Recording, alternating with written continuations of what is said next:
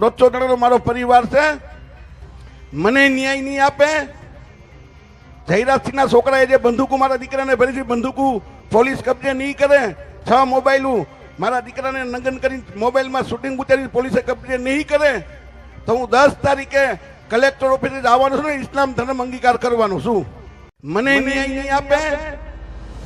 જયરાજસિંહના છોકરાએ જે બંદૂકો મારા દીકરાને ભરી હતી, બંદૂકો પોલીસ કબજે નહીં કરે. 6 મોબાઈલો મારા દીકરાને નંગન કરી મોબાઈલમાં શૂટિંગ ઉતારી પોલીસે કબજે નહીં કરે, તો હું 10 તારીખે કલેક્ટર ઓફિસે આવવાનો છું ને ઇસ્લામ ધર્મ અંગીકાર કરવાનો છું. રાજુમાંથી રફીક થઈ જાઉં, હું ફેર પીશે. તો આ તો મિત્રો રાજુભાઈ સોલંકીનું રેકોર્ડિંગ ખૂબ વાયરલ થઈ રહ્યું છે. ચેનલ પર નવા છો ચેનલને સબસ્ક્રાઈબ કરી નાખજો, કારણ કે રાજુભાઈના રેકોર્ડિંગ મારી ચેનલ પર સૌથી પહેલાં તમને જોવા મળી જશે. અને આ વિડીયો અત્યારે સોશિયલ મીડિયામાં વાયરલ થઈ રહ્યું છે. શું કેવું છે રાજુભાઈ સોલંકી છે, કમેન્ટના માધ્યમથી તમે દર્શકોને જણાવી શકો છો.